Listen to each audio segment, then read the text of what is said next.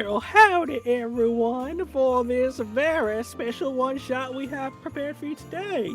My name is Chris and I will be your GM for these preceding evenings, but before I get into all the spiels about all this holiday goodness and wonderness, let's see who is at our table here, starting off with you, Kai. Tell everybody who you're playing and who are you?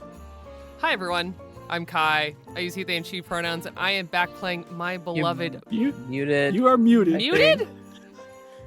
I'm not muted. We I'm can't muted. hear you anyway. I was muted in one place and not the other, so you all couldn't hear me, but the audience could. Hi everyone, I'm Kai. I use he, they, and she pronouns, and I am back playing my beloved Merrick, also known as Patroclus, beloved of Achilles, one of the great myrmidons of ancient Greece who uses he, him pronouns, and also a Doomsayer. Calamity, what's up? Just over here being Calamity, whose pronouns are she, they. Playing Mallory once again, the daughter of Hades and Persephone. And Doomsayer. How about you, Val? What's up with you? Hi everyone, I'm Valiant Dorian. I use he, him, his pronouns. And tonight I'll be playing Astyanax, son of the Prince Hector, son of the Breaker of Horses, third in line to the former Kingdom of Troy that no longer exists. And I think I'm a Doomsayer. We'll find out tonight on this holiday special. In training? In training. Intern? Doomsayer training. Intern. Doomsayer intern. Yeah. Lovely. And last but not least, hello everyone, my name is Chris, and as I said before, I will be your GM for these preceding evenings. Before we get into our wonderful special here, it is a special we like to do during December. We're particularly raising money today as part of our game. You can see there is a giant thing to the right of me that shows all the incentives that we have for our lovely game today. I feel a sneeze coming on, but we keep going until I actually have to sneeze. Nope. God's playing with me. With that, as you can see, there's a number of things. If you donate $5, you can have one of these guys here say a cheesy one-liner, because it's a kind of action movie vibe we're going with here today. $10, you can give one of our lovely folks here a token, Terpar token, which they can use in this game. We're using Never Stop Blowing Up, so it helps them out. $20 you could donate to explode a skill die, whatever one they wishes to use. $30 an assassin surprise will happen. $40 one of these guys will be a GM for 60 seconds and make my life absolute hell. And for $50 the artifacts that are in this game will go wild. You'll see what happens if you donate. You could do that by typing in the chat !donate, and it will lead you to the wonderful person that we're raising money for here today, Omni Haas. We're doing mutual aid, so if you donate to the GoFundMe and then type in the chat here what exactly you donated so we can know, please do that so we can have you affect the game and help a person out during these holiday times. Also, for a quick bit, CWs, even though it's a little bit lighthearted, still want to let you know, just in case. Fantasy and gun violence, apocalypse, blood, familiar struggles, severe weather, real world religions, monsters and monstrosities, and maybe references to trauma. But beyond that, it is easy going here today. But with all of that shenanigans out of line, Doomsayers, are you ready for your holiday special? I'm gonna take that as a yes. Let's go, Chris. Let's go. Kai spoke for all of us there. Yes. With that, we do not start out anywhere yet, but rather we start off by a fireplace. Little children running about the place. All the festivities going about, wondrous decorations, and the camera slowly pans over to a rather strange-looking man that we can see. He seems to be maybe somewhere in maybe late 50s. He's got brown skin, really rough look to him, but he's dressed up in an ugly Christmas sweater with a big old book on him as the little kids are just circling around. And with that, one of the kids very innocently kind of goes, "Hephaestus, can we hear a story?" With that, the individual going by Hephaestus kind of goes, "There's plentiful stories I could tell you about the time the Doomsayers stopped a murder." And children are so rightfully so. Can we hear something a little bit more lighthearted? Ponders for a moment. Well, there was the time the Doomsayers saved the holidays. Yeah, I think we'll go with that one. Well, listen by the fire, children. I will tell you the story of how the Doomsayers saved the holidays. And as all good stories featuring the holidays, it starts off in New York City, blanketed with snow, as the camera begins to transition over with all of these flakes of snow going about as we find ourselves on Christmas Eve, the 24th, over in the grand city of New York City. Going through the various tall skyscrapers and the metropolitan area is full to the brim of a white Christmas that has come into play here. But we are not focused on any of that as the camera zooms by, wishes in a magical area and all that jazz into what looks like to be Grand Central Station, primarily the place where most trains departing from New York are coming out of. We swish through as it is packed to the brim with people, to be honest, and it seems that we find ourselves in a sort of gift shop. It's got your standard, I love NYC hearts, all the kind of memorabilia for all the sports teams, whichever one that you prefer, and a bunch of knickknacks that people can buy in case they need a last-minute gift for anybody in particular. But as we zoom in, we find ourselves focused on our Doomsayers. Let's start off with you, Kai. What does Merrick look like in this instance, and what is he kind of perusing through? Merrick looks like a businessman in a city full of business people. He's wearing a very fashionable 90s suit, kind of relaxed on his body. The white shirt underneath unbuttoned down so you can see a little bit of his chest hair, and around his neck he wears that golden necklace with a single pendant of a crest of a shield. But his hair, unlike before when he was a ragtag, we'll say a seller of interesting wares on the streets of New Promethea, he's got a shorter haircut, a little more trim. He's a little bit better shaven, but his beard grows in fast enough that if it's been 3 hours, he's got a little bit of a 5 o'clock shadow going on. But his mustache is a little bit more groomed. And he is perusing, and he's gone straight past all of the Christmas New York snow globes and all of the t-shirts, and is at the counter looking at the cigarettes behind it. As Merrick is fighting his own battles, very shakily trying to think of, can he bite this bullet? We pan over to you, lovely, lovely Mallory. Mallory, what do you look like here? What are you looking through here in the gift shop? Mallory is perusing the different aisles. They are about 5'3", have curly blonde hair that has actually been cut a bit shorter. It's only to her shoulders right now. She cut it and she didn't like it, so now she's growing it back out. She is wearing just like a sweater, not a Christmas sweater, but like a festive sweater. It's red. That's as festive as it's gonna get for her. And some high-waisted black pants, just sort of looking around. Everyone that like brushes by her, she tenses a little bit more. But she steels herself because she is on the hunt for something. She doesn't know exactly what she wants to get yet. She's been a bit busy as a Doomsayer and sort of forgot until a little more recently, aka this morning, that there was some stuff to buy for a certain someone, her child. It's okay, you still got time. And as we go over, we look over to someone that looks familiar, but is actually quite different. As I'm going to attempt to say the name correctly, Astenax.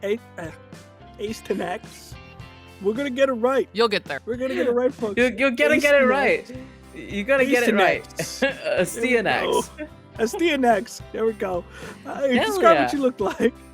Absolutely. Steanax, for those of you who are familiar with season 1 of the Doomsayers, was the vessel upon which Hector was placed in for the majority of that series. And today, I'm just a Steanax. And a Steanax is a tall, pretty like muscular man. He's got this like deep, warm brown skin, a very defined jawline. He has the telltale sort of like brown, wavy hair that sits on his shoulders. And I think this time round, the main difference is he doesn't have that cracked hole tattoo in the middle of his body. For that is a spell that has already dissipated. And he is wearing a probably a ugly Christmas jumper. Ugly Christmas sweater. It's probably got a bunch of reindeer soaring up to the night sky. It's like deep blue in color, and he's wearing a pair of jeans to match with it. And right now, Astianax is carrying a paper bag full of snacks.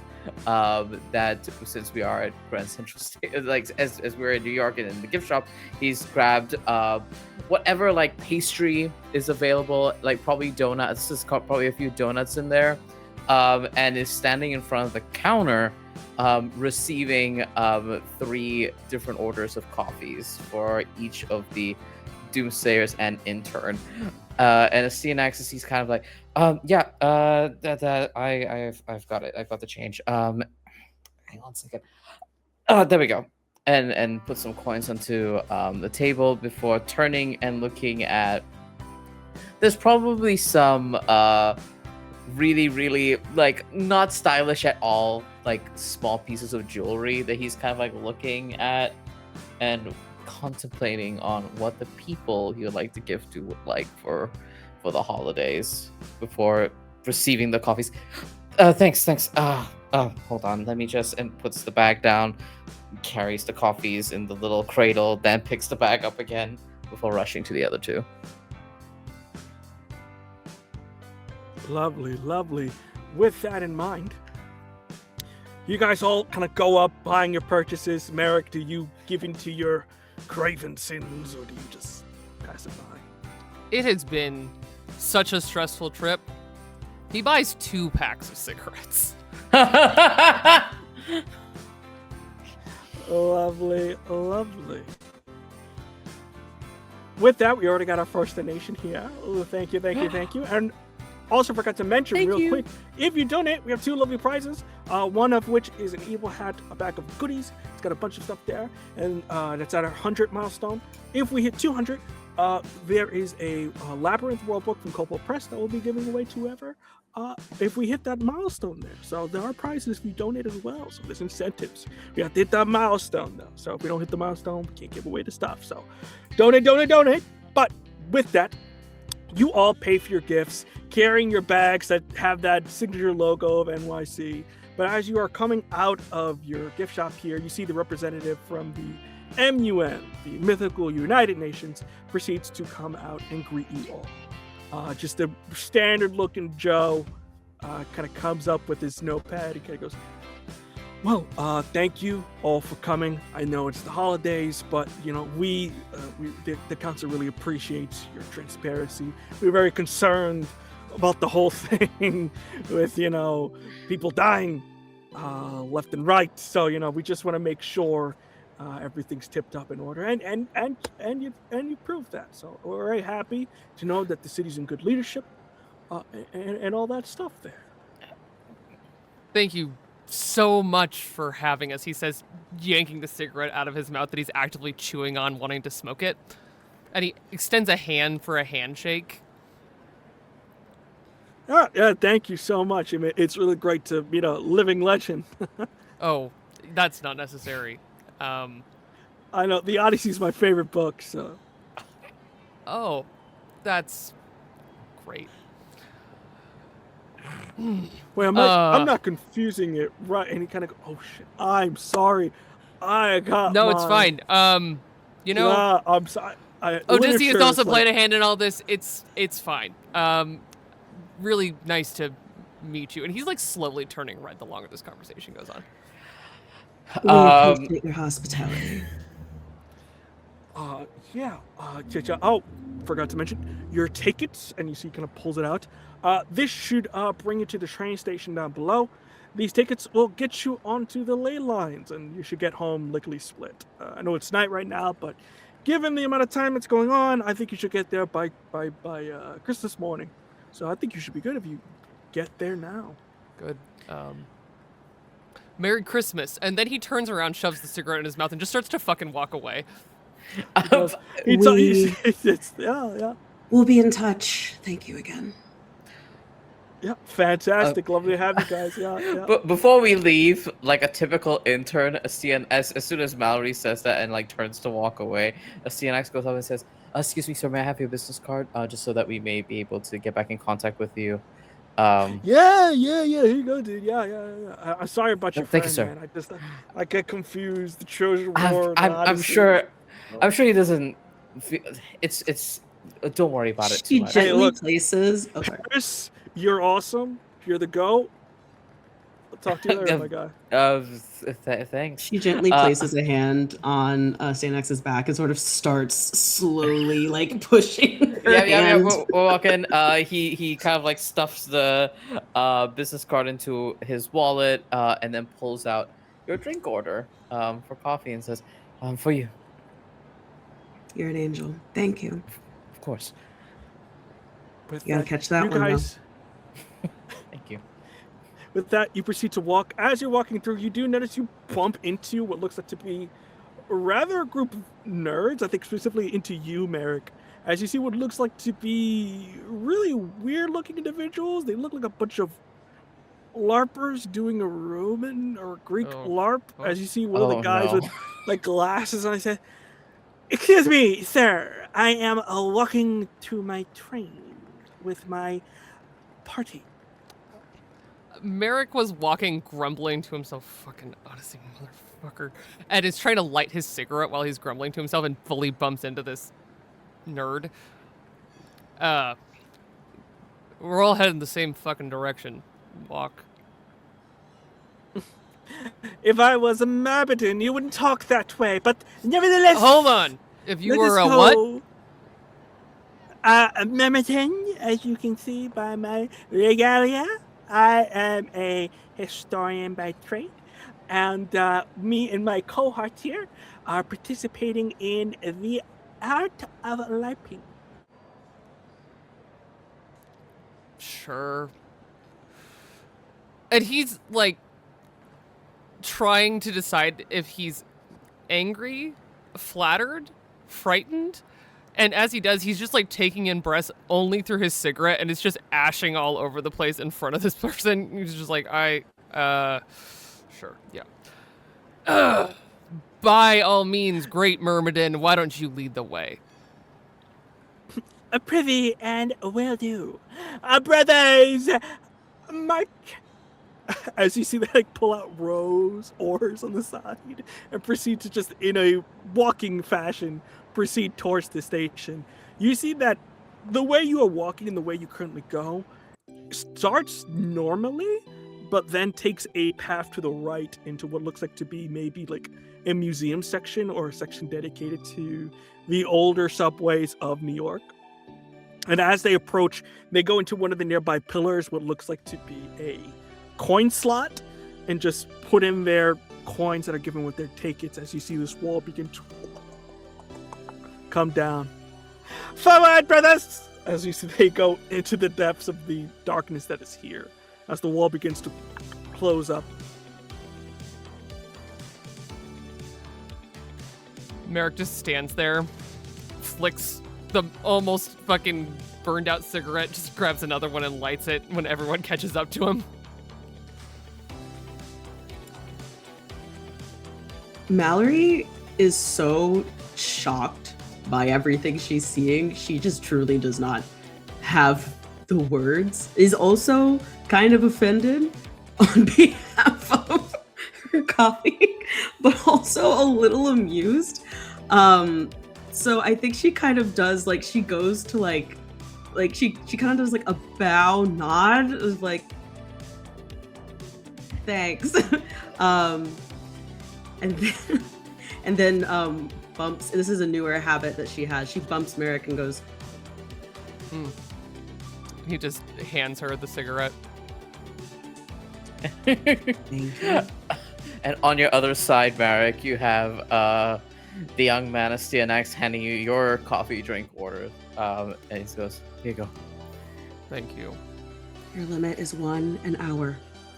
Ugh, I will die. And the hour starts now. Clicks like his watch. You know what? You two, terrible together. And he takes the coffee and just like tips it to his Steanax. Thank you. Just takes a drink of his black coffee. Oh yeah, probably the most bitter. Like nothing to it, no sugar, nothing. No soul. I think even you, Mallory, can feel like the undead within this coffee rise from this bad boy. But with all that, you guys put your coins in, comes down, and as you guys walk into the depths of Grand Central, you see what looks like to be a rather weird but wonderful sight, as the hidden train section that is here for most of the mythical community is about you. As you see, there's a number of meshes of wood intertangled and sort of vine overgrowth in what looks like to be like the old subway tunnels that New York had, combined with these various looking trains that are, yes, made of wood, but built in like this sleek modern fashion of something like a bullet train or something that's a little bit faster. But you do notice that as trains leave, glamour sort of appears open, turning them into normal looking trains. I can see that most of this place is run by the Fae. So much so that you see one of the Fae attendants begin to fly your way. They're incredibly tall, very gaunt, thin-looking people. As you see one of them kind of goes, "Well, howdy, welcome to the Leylands. Can I have your ticket so I can let you to your train?" CNX picks up Looks the back at the Steanax, yeah. Yeah, they picks both up the did. train tickets. I got the business card. I got your coffees. I got your donuts, and I also got our train tickets. And hands them over to the attendant. Oh, lovely, lovely. You're going to be taking our fastest train to New Prometheus. Follow me, as you see the Wonderful. people flying direction. All right, almost home. Just in time for the holidays. Yeah. Leading through, you see you're brought to a train that's made of like this dark, almost marble-ish looking wood. And as you board the train, you can hear on the intercom system, "Thank you for choosing the ley lines. If you do not know, we have a wonderful history of using the high-speed network of ley lines and key lines that lie all around the world to make transportation to your wonderful cities that much easier. This one's going to New Prometheus, so please sit back, relax, and don't tell the first attendants their name of your firstborn. Thank you very much." Don't have to worry about that one. Maybe a little. They do also like just taking children, and he looks directly at a Steanax. I think as you look at a CNX, the CNX kind of just looks at you and, "What are you looking at me for?" Let's find a seat. Finding your seats. You're in first class. You're in the good class here. They hook you up with some tickets. You know, you get some extra room, the comfy. You guys in your own little section. As you kind of sit down, putting everything where you need to do. You see there's like refreshments there, water, snacks. There's also a couple magazines if anybody's trying to read any. Primarily, you see the covers of Oberon at the Taíno with like a Jerry Curl ad is primarily what you're seeing. It's just you can look just like us. Primarily in the sort of front reading section there. But sit down, wait, and with that, the train begins to go off. First starting off at a normal speed and then speeding up just ever so fastly as you see the outside of it begins to morph and change into what looks like to be a regular looking train, traveling along what looks like to be the more forgotten rails that people don't use. Last thing you want is this train interacting with the actual Amtrak system, as it would cause a bit of confusion. But your speed set ahead, and you guys have a moment to relax as you see the sort of image of New York City dwindling away into what looks like to be maybe a speck in the distance. and giving you guys some time to talk. And I think at the forefront of your minds, it's what are you going to do for the holidays? You'll get there, from what you can tell, by Christmas Day, and it's a matter of, well, what are we going to do? So I'm very curious, what are the Doomsayers' plans for Christmas? Or at least the holidays until New Year's. CNX has no real plans. I think in years before, CNX would meet up with friends and goof off for the holidays. Very kind of like, and these are like shallow friend connections that he's had. But the prospect of, he just isn't feeling it. He's not feeling the groove of the holidays this year. After the realizations of recent months. So he doesn't really have any plans these holidays. I think we see him kind of like sitting down. He's set the brown bag down, like almost like a plate with all of our donuts and little treats onto the table, and he takes his coffee, which is an ice. It's an iced coffee with a ton of creamer in it, and So a milk. yeah. He's got a milk. He's got milk, and he takes Our baby has the milk. Flavored milk. Yeah. Exactly. Tasty. And he takes a sip and like bites onto the donut. So he doesn't really have any plans this Christmas, but I think he might be the one to like ask the other two, being like, what are your plans for the holidays? Yeah, Mallory, what are your plans for the holidays? Taking the little one anywhere? She cuts her eyes at him, sort of, or at Merrick. Yeah. And then looks a little more kindly toward the Stanix. Honestly, this is the first Christmas I've kind of forgotten about. House is Been free busy. if anyone wants to come over. It'll just be me and the kid. Yeah, might do that after, I've got a thing. And A thing. he's talked obtusely about this a few times, I think, in your presence, but for all of his crotchety nature as a person, there's a soft spot about Christmas, and he won't shit talk anyone's love of the holiday in your presence. He will shit talk people about literally fucking anything. But Christmas, he seems to give a pass. Any kind of winter holiday, he's like, oh yeah, you're going to a Hanukkah festival? That's great, have fun. And he means it, which is weird. And he's offhandedly mentioned that he's going to a thing for the holidays. And he has every intention of spending Christmas morning at a actual benefit to help ex-cons reintegrate back into society and celebrate Christmas with them and their families. And he's been like, yeah, I'm going to a thing if you want to come with me. But never has fully explained in one sentence what it is.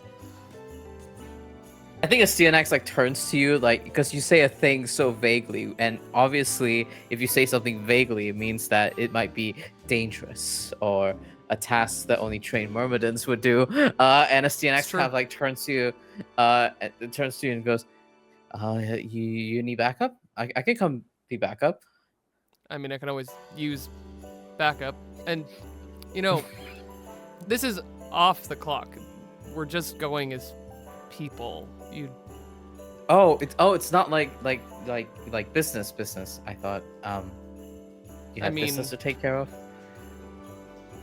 Kind of. Okay. You can always just have a holiday. Go do something normal. Go to Mallory's. I'm sure you're gonna have excellent cereal. You think I make cereal? I know you have cereal. I can whip something up. It'll be significantly better than holidays past. I can assure the both of you. I've been mostly up to my own devices during the holidays, or out with some pals. So usually we get pals.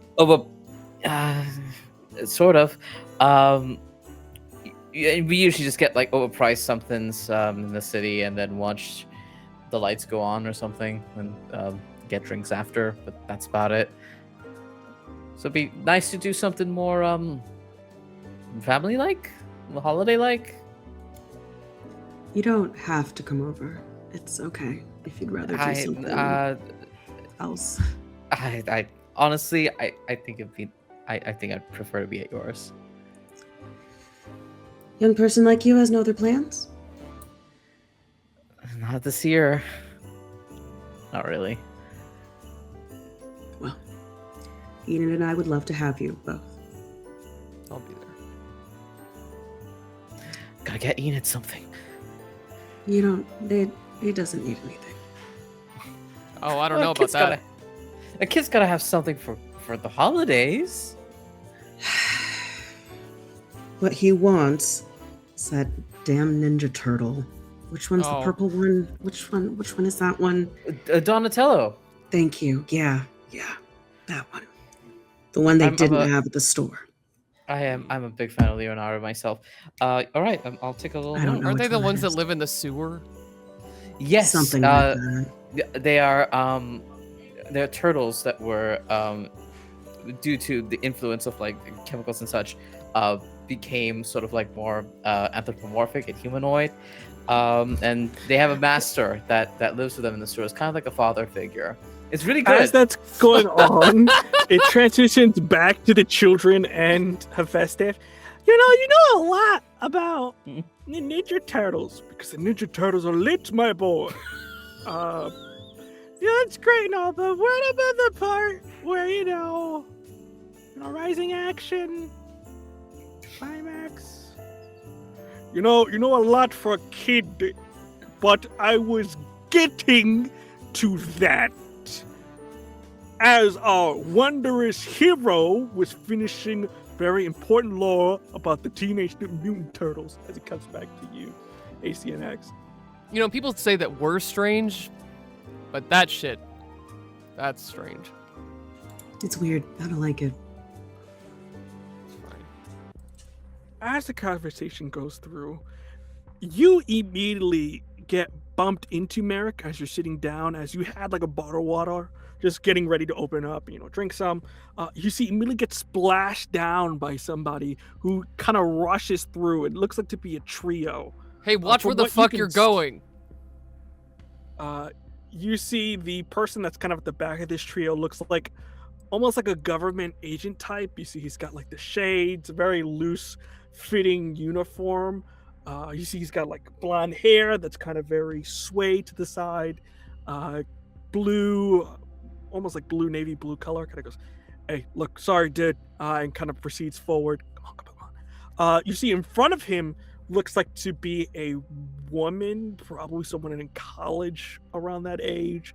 Big, thick glasses, hair that's sort of half cut and dirty blonde, and kind of rushing through. But the person that piques your interest the most is Hephaestus. As you see, he's in the sort of front, trying to run towards the back. Now, in your mind, you remember the whole Great War thing, gods versus gods, about, should we rule people? Should we not rule people? He was very much on the side of, hey, let's not. But he died. You clearly remember him dying, some sort of explosion or some other, but he's before you in the flesh and doesn't seem to notice you. But you do notice that the group immediately kind of rushes towards the back of the train. And after he's done snarling because someone ran into him, and we see those flash of wolf's teeth from underneath his mustache, it slowly registers in his mind. And he sees reports and conversations that he had contemporaneous to all of that. He knows pretty certainly that Hephaestus died. And that sneer kind of falls away. What the fuck? And he starts to stand up with not much explanation. Hey, something's going on. And I think a CNX kind of like stands up and turns around. What with them? Is this a thing you're going to actually explain? That was Hephaestus, who died during the war with the sovereigns. A CNX does not have the benefit that his father does of the much knowledge of any of the kind of like Greco-Roman like understanding of identity and any sort of like key features and stuff like that. So this man, this god, Hephaestus, who walks past all of us, just registers to STNX as just an older gentleman, and he goes, "Really? Huh, I thought he'd be taller, but wait, dead, capital D, dead? I mean, what's he doing here? How is he doing here?" I don't know. You notice that as you're conversating, the door from which they were running from opens up, and you see those fucking LARPers going through with intent in their eyes. As you see, they're kind of following where they went, as they kind of go in their marching order towards that direction. That's not quite what Myrmidons wear. It's a little off. You want to go after him? Yeah, and he means to, in front of these Myrmidons, he says extremely loosely, make headway, and he just, stands up and starts to walk. And I think as he does, you can see even those who know, there's just it's like sun flares in a camera. But there's just a little bit of that golden miasma around him as he is walking, and the true armor of Myrmidon begins to just hug around his body.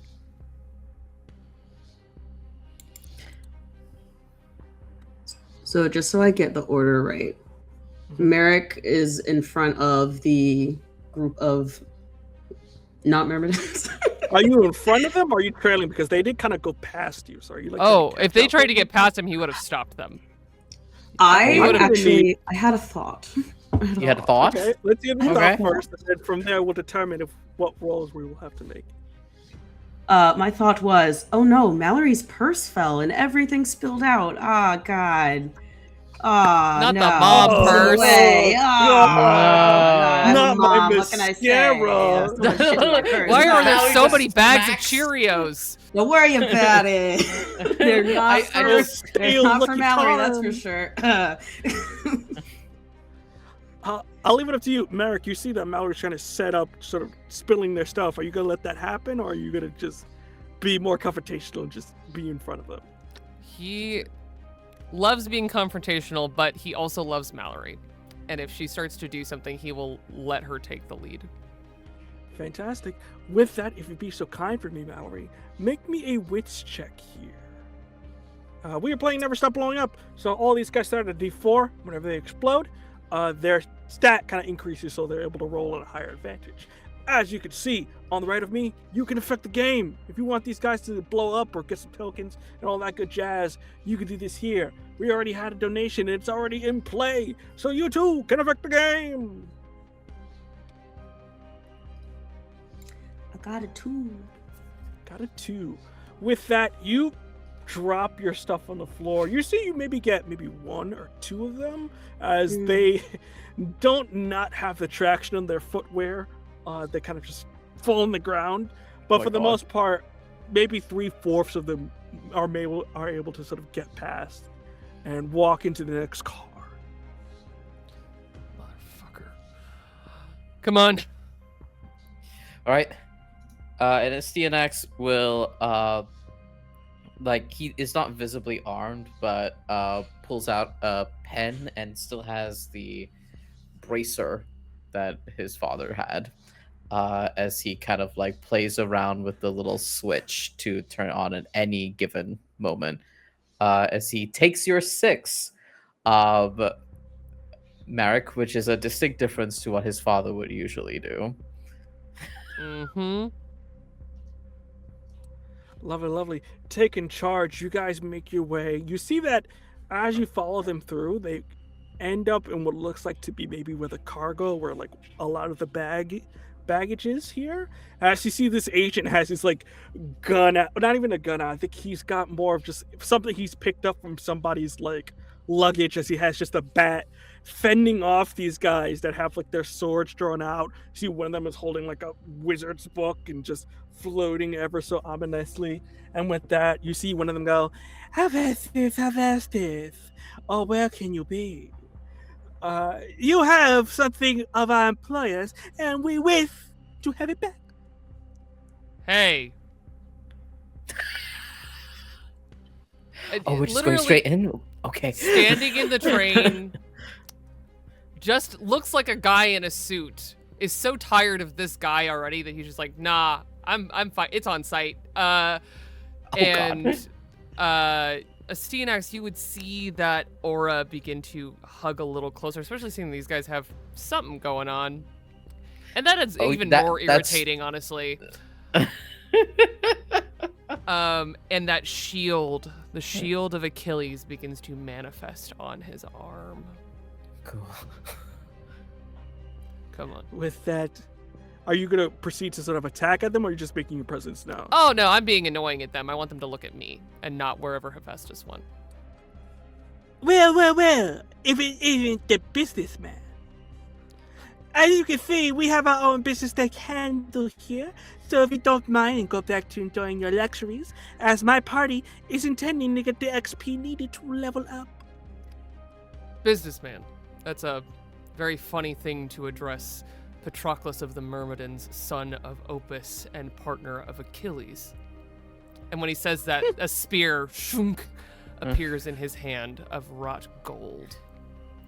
Yeah, he's actually a Myrmidon.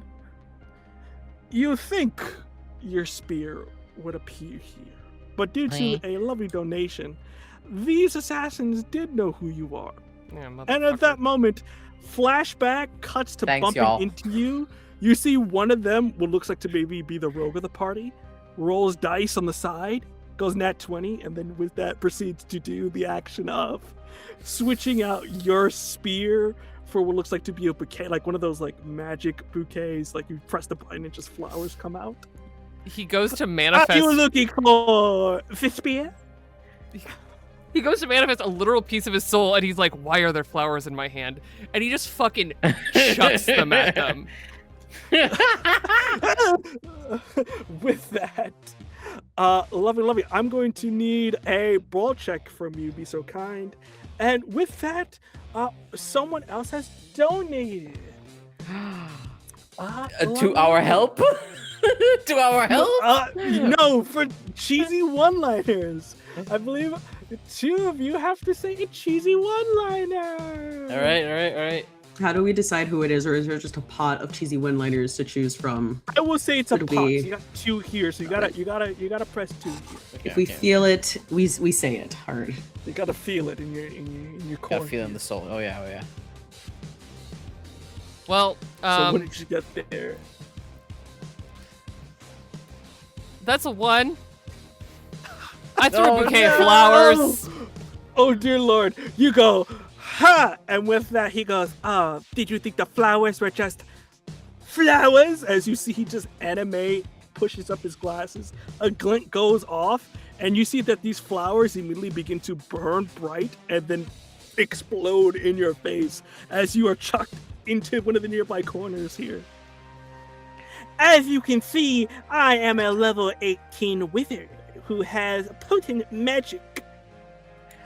So I suggest you leave now, pure mortals, before you face the might of the Myrmidons. As you see, they go into like an apex phalanx position. Mortals. CNX looks at Mallory and goes, permission to brawl. Permission more than granted. All right. And CNX presses the button on his shield, and the Hector's shield appears, and I would like to leap forward and charge at this phalanx position to try and break their formation. Make a brawl check for me. I will do so. That is a D4. Hello, D4. The good news is, because I fully failed, it's a 4. My relentless ability kicks in. I gain 2 turbo tokens. Yippee! I rolled a 4, by the way, so I can go D6? 4! Explode! Yes, you go to D6 now. And for you, Mallory, I almost forgot, you get a turbo token as well. Because you failed as well. So that is I'll a have to ask 6 him. roll. Yeah, you add it. Yeah, you add it, right? So 4 plus 2, 6. Alright, 6. With that, who are you charging at? You see, there's like primarily who's- there seems to be the leader. Yeah, I want to like hit the like I want to break the phalanx and maybe hit the leader in the face, maybe with their own shield. They are bracing, but you see that some of them are different classes, and some of them are not meant to be a defender. And immediately bulldoze over that. He goes, "Guys, come on! We told you, Constitution is important for my." And you immediately just come in and start wailing on this guy. Ow! Ow! Ow!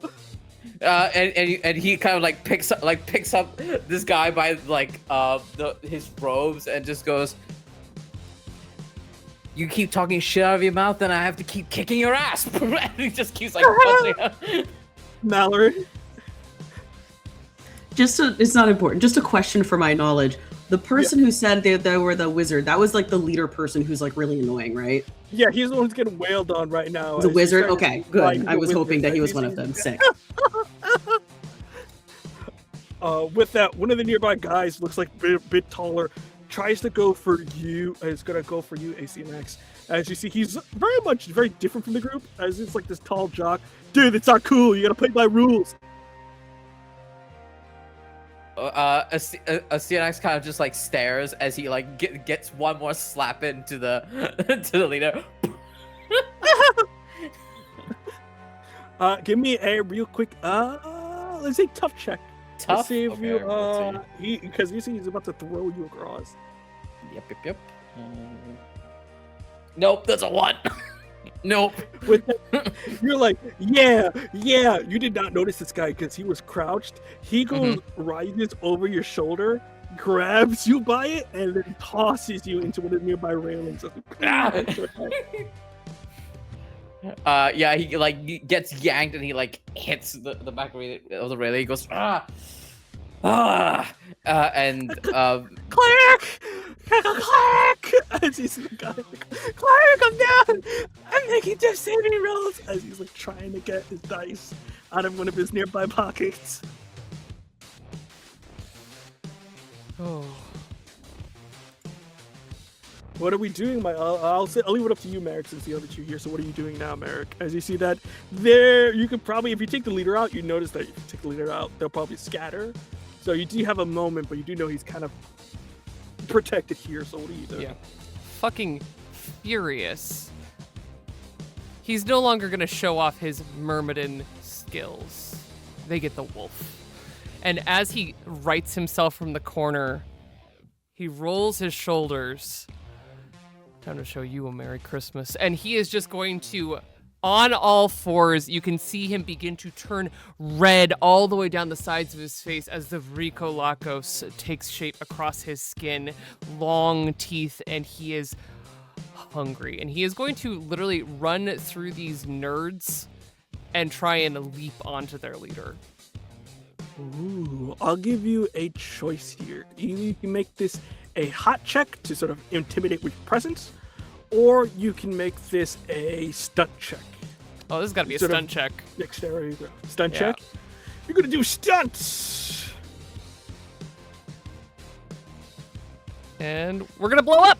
Hell yeah! Onto the Blow up, D6. baby! Yeah. Gotta roll in the tray. Oh, wow. That is 8 total. 8 total, fantastic. With that, you sidestep, go towards this guy who's injured. Oh, please, we surrender, please. We're not prepared for lycanthropy. We're really level 8. Gonna have to get a higher level and a better bit. And he begins to just, like, try and gnaw on this guy like a chew toy. You see they go, I did not sign up to be eaten by a werewolf. You're on your own, buddy. And with that, the rest of them just scattered into the other train. Just tearing. Do you end this man's life? Just toss him over like a chew toy. he's just gonna be a two-toy. He's annoying, but we're not killing anyone today. Not ending anyone's fate yet. So you Batman him, injuring so badly, he's not dead, but he's gonna. You better hope he has insurance as you throw him out to the side. Very much Peter Griffin, body in the corner, just limped on the side there as he's tossed over. And at this point, you see the trio of people that you're talking with here kind of go, well, that was something. Festus, do you know these people? Just a quick second. And like, cause he's like total ragdoll onto the ground, like a CNX. Goes and like looks over to Marek's like, I'll move him. And then picks up the body, just slumps him over a chair.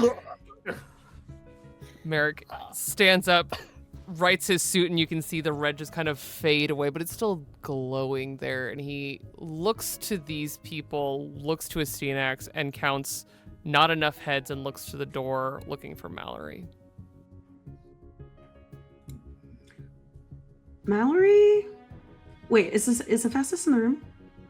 Yes, you see Hephaestus, okay. this secret agent, and what looks like to be maybe an assistant of some sort to Hephaestus, or some sort of scholarly assistant, is in the room with you guys, on top of this LARPer who's been beaten to an unconscious state. Mallory has decided that this is kind of a situation for those two. She is not much of a brawler. So she kind of emerges from where she was sitting as this kind of occurred. She was waiting for backup, but they didn't need it.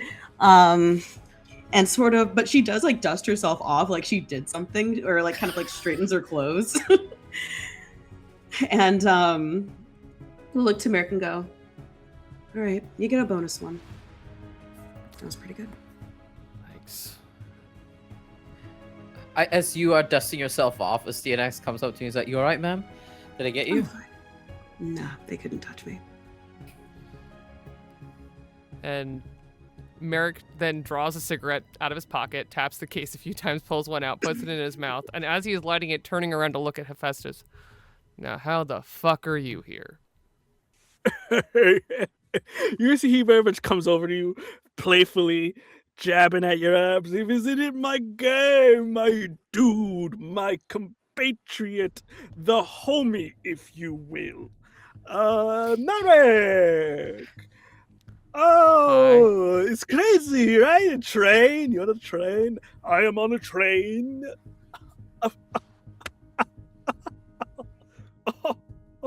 Ha. So, these guys just saved okay, your sir? ass.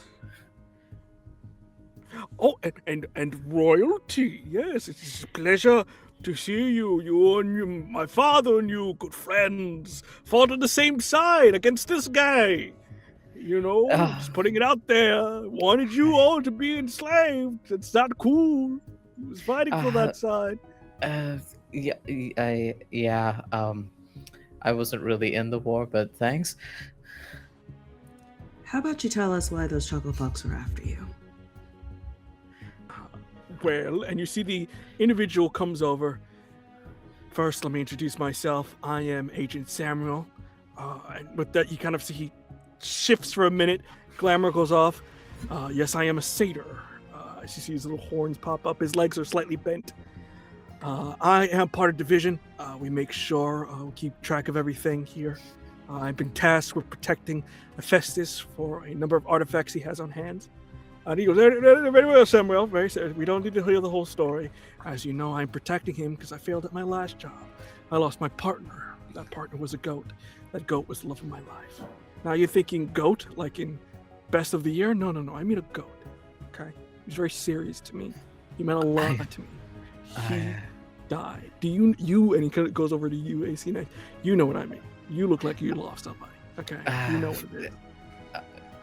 At first, a CNX was going through. A CNX went through like the stages of grief here with this, with this one conversation with the satyr.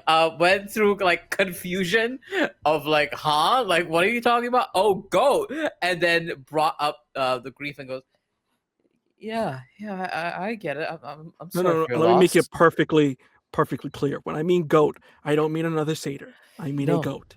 no, He was the I love of my understand. life. I The love lost of him. your life. I'm Yes, sorry. Botchmanson in Panama. Moving Okay. on sorry. to why you're here and why they were after you. Hephaestus kind of goes, okay, I'll take it over here before you tell Panama story again. Well, to make a very long story, full with various climaxes, I think in a pleasing plot that would get me 3 seasons and various special characters who would come into my life and represent those aspects of me. Well, after the war that we had, I particularly decided to bow out because everything I made ended up being a weapon and I didn't really Weird. feel great. And all that. So I was actually in New Promethea. I was working as a museum curator. Making sure everything was cataloged, everything was put away nice and neat. But with the war and everything that happened, things got lost. And it's hard to track them down on a budget of a museum. But this guy calls me up one day on the phone. Goes by the Wax Man, and primarily pretty much haggled a deal that he would help me fight. He would sort of fund these sort of extraction expeditions where, he'll fund to sort of track things down and bring them back to the museum. And, we did that for a while. It was working, was great, until I recently realized that one of the shipments he sent is a fake. They're fake replicas. So I found out I was helping him track real things, and then he ended up giving me fake things, like fake replicas of things. So he gets to keep the powerful artifacts, while we get shit. I found out, I called the authorities right away. Samuel was on the phone. This was shortly after I lost my goat. I need to make that perfectly clear. Yes, Samuel, we know the goat. So with that, there was a whole sting operation and everything. Found out that it was a big ass warehouse in New York, full of a bunch of things. But the beauty of all the things was this little puppy. And with that, you see he has like this iron box that he kind of produces from his back. Opens it up, and you see what looks like to be just a singular ember of something, just like an ember or a piece of charcoal or something. That little shit Prometheus stole this shit, gave humans fire. I was wondering where it went, and lucky enough, we found it. Now, most of the stuff was transported with the division. They felt secure enough to transport these items. But this little bad boy can be very dangerous, and is very much like the Lord of the Rings, where it can kind of tempt you into doing shit. So I am transporting it myself back home, but it looks like the Wax Man kind of found out what I did and is maybe hunting me. And sent nerds after you. Yes! You're actually scared of this nerds. guy? Because those guys were amateurs. Let me make it perfectly clear to you. All right, my goat died in a similar fashion. Not to these guys, but they are part of an assassin guild thing, but with LARPers. It's really weird. I'm sorry for your goat loss. But It's the love of my life. There were That I 3 understand. people, right? There was Hephaestus, the satyr, and someone else. There's a third Yes. person. a Very college-looking meek, quiet, woman. just like taking in all the things of like, oh, this is real. Oh, and you see it looks like to be a human, nothing magical whatsoever. So you're just spouting off things like it's natural, and they look like they're about to have a panic attack. I think a CNX might recognize that and look over to her and go, "Hey, how you doing? First time?" Hi.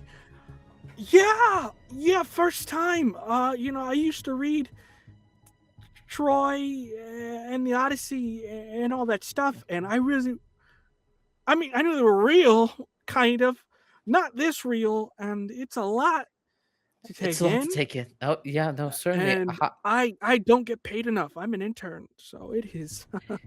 But interning's a good above my- opportunity to kind of like see what the world's like and You I know, guess you're not. I didn't if- think at the ripe old age of I am that I would be hunted by a group of magical nerds. That's a new one. That's yeah, that's new.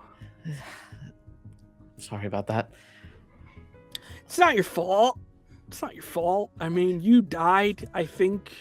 If anything, happy that you're alive. Horrible story with you being tossed like a football.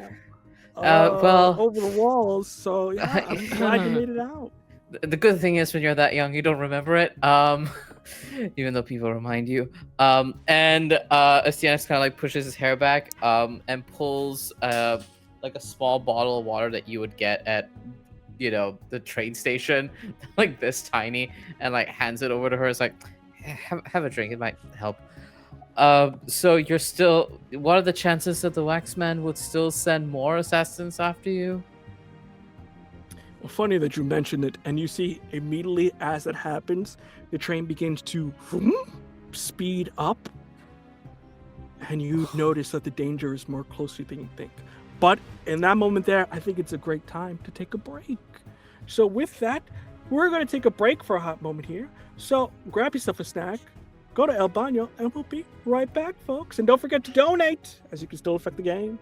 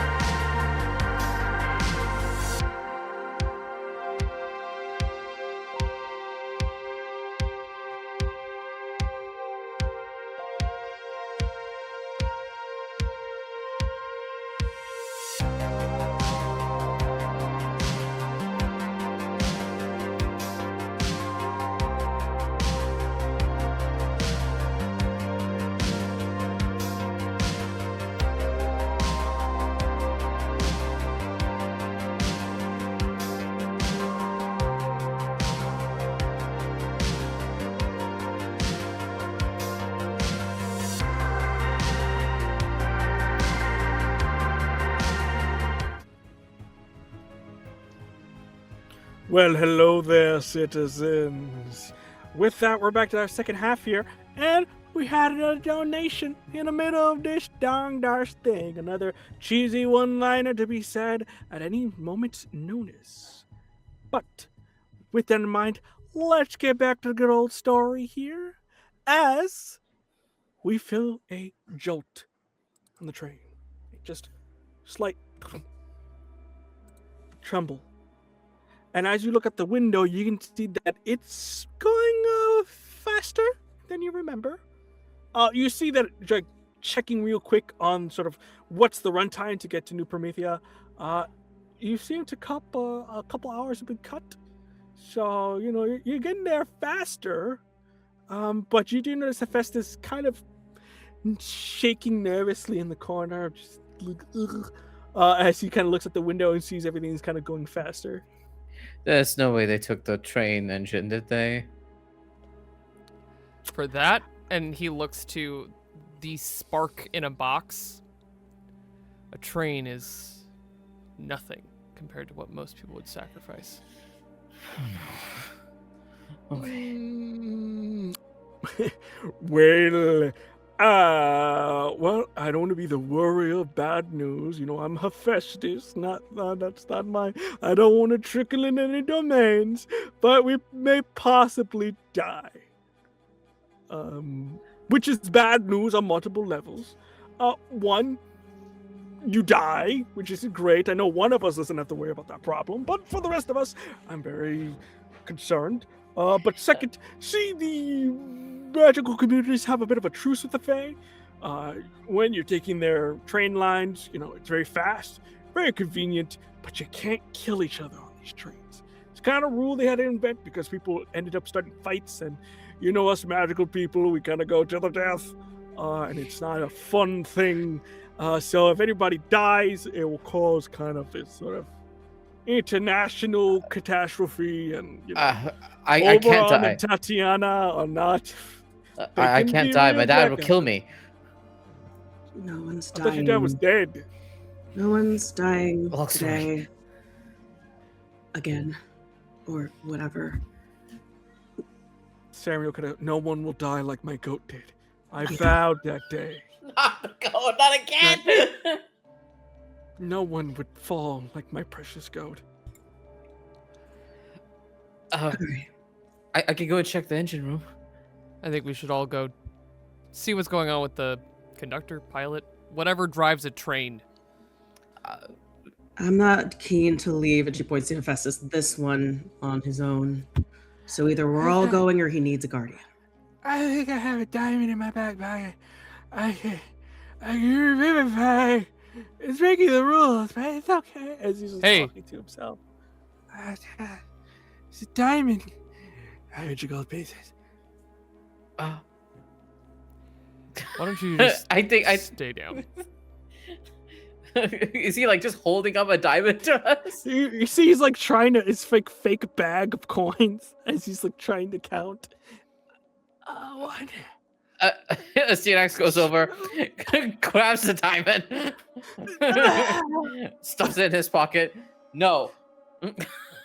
Points. No. I think as you take it, stuff it, you see there's like it's like one of those like jewels at like a museum that look real, but it's just plastic. As you just like, no.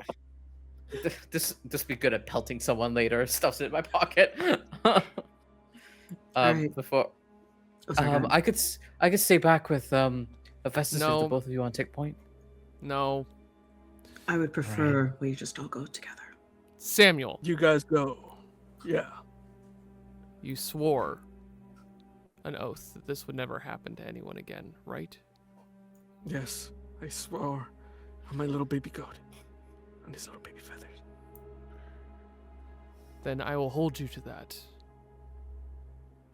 And I have to go keep my oaths. And he looks to Astyanax. Agreed. As you see, he pulls out a handgun and cocks it, getting ready to shoot anybody that comes in the door. And you, nervous girl, stay down. Okay. And Festus goes, and I'll stay here. Good job. Look at that Merrick, that commander, that guy. Huh? Hey, hold on to that. Better than the last time you gods had control of it. And he just starts walking away. Merrick, what a guy. I knew him in college. Mallory will go to Astanex and reach out her hand. Oh, for the diamond? No, just reaches out her hand. Oh. Give me your hand. Okay. He's like so confused and then holds out his hand. She squeezes his hand, and as he does, he feels a coldness wrapping around his fingers. Well, that's familiar. If you need anything, all right? You let me know, and I'll hear you. Okay. All right. I'll be okay, I promise. She lets go, and around, like, I think maybe the ring finger on his right hand, there's like a darker sort of like ring mark. Oh yeah. Hell yeah. That's metal as fuck. I love that. Yeah, that.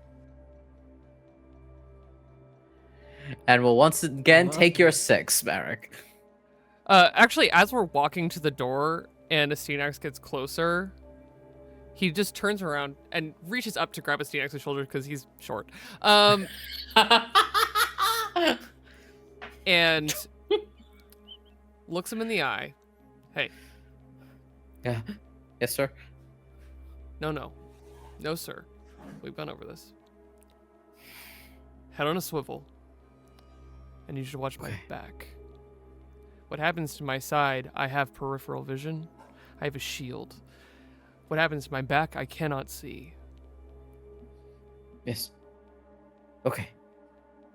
Okay. You go. And he claps him on the shoulder a few times. Yep. And I think once you say that, Astanex pulls out an instrument from his pocket, and it's a pen. He clicks it, and it opens up to a sword. Fuck yeah. Fuck yeah. Wonderful, wonderful, wonderful. With that, you guys proceed to make your way up the train. Going back, retracing your steps, you proceed to go through, and it's normal at first, you know, passenger, you were in a cargo, go to passenger, go to the kitchen, and that's where things get to a little strange. As you notice that where you were walking, it's like a normal train, you know, your head's to the ceiling, it's very narrow. You enter the kitchen, it somehow grows in size in terms of it is bigger than what it should be, as it's like a full-on like Michelin star kitchen. As you walk through, go in and come out the other side back into normal cars. Why But was it as eating you a guys bag get- of chips? Going through, you're like, what the and then kind of going through, you guys find yourselves at one of the nearby sections, and it says that the sort of next car after this is sort of the engine room, or wherever whoever's piloting the train is here. But as you open the door, you notice there is one more room you have to go through, as you feel there is a full-on club night scene happening here, as there is a 2-story club, as people are partying in here of various magical origins that are just having a good old time in this place, as it's partying, it's pumping, everybody's feeling it in here. And you notice that you do have to make your way up.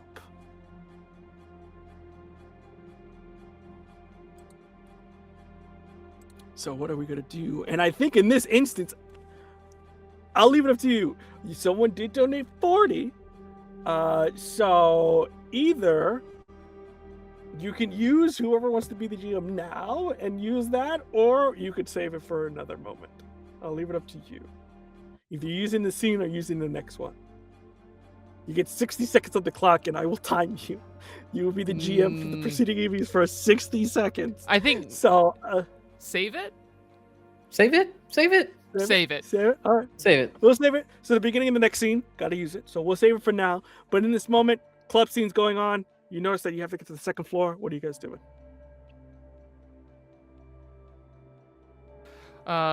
Besides dancing a little bit to just weave our way through.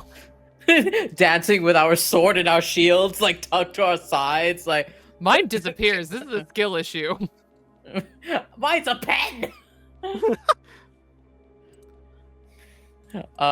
Yeah, I think dancing a little, and I think what CNX is trying to do, like hearing what Marek just told him about like keeping his head on a swivel, he's gonna try really hard to do that. And I think I'm like the CNX wants to look around the lights in this room to see if because if they got to the engine room, they probably have people all the way up the car, right, to hold the position. So he's trying to see if there's anyone out of place other than us in this club. All right, if you be so kind, I think this is a witch check. A wit check. Got it. That's a D4. I'm gonna do It's a D4. D4. D4. That's a 4. I explode. Yippee! Hell yeah, let's go! Yippee! Yippee! Yippee! Roll again. D6. Oh, that's a 1. That's a 1. Oh boy. Still good. I think you guys are going through, blending in, partying. I think you, ACNX, see that there's a couple of weird dudes. You saw the movie just trying to catch up on stuff. They're dressed a little bit like American Psycho. You see their sort of very slick back hair, wearing leather gloves and these business suits, and just kind of partying their way, but it looks like they're partying towards you guys. It seems to be a group. It's making its way slowly towards you. Group of really, really not stylish businessmen heading our way. Mallory's eyes cut up to them. She says, "Oh, look, a bunch of party poopers." What are you thinking? I think we got a place to go. If they want to stop us, they're gonna have to move faster. Okay. And Merrick begins to weave, and instead of blending in and kind of dancing through the train, we see him kind of crouch low below the headline of the people around them, and in a crouched formation begin to like dart between people to get to the door. Fantastic. I'm that's not a drive. Trying to see which. Sneak? Hot. Yeah, probably sneak. Yeah, Hot. hot. He's being so hot Rip right your now. shirt open as you sort of cook your way through. I need you to So- behave. I leave it up to you. Either you can sneak or you just try to make yourself so approachable that everybody. No, unapproachable, unapproachable. I'm gonna Okay, spend no, one of my unapproachable, turbo okay. tokens, Nice. Ooh. and I'm gonna make my D4 explode. Nice. Explosion.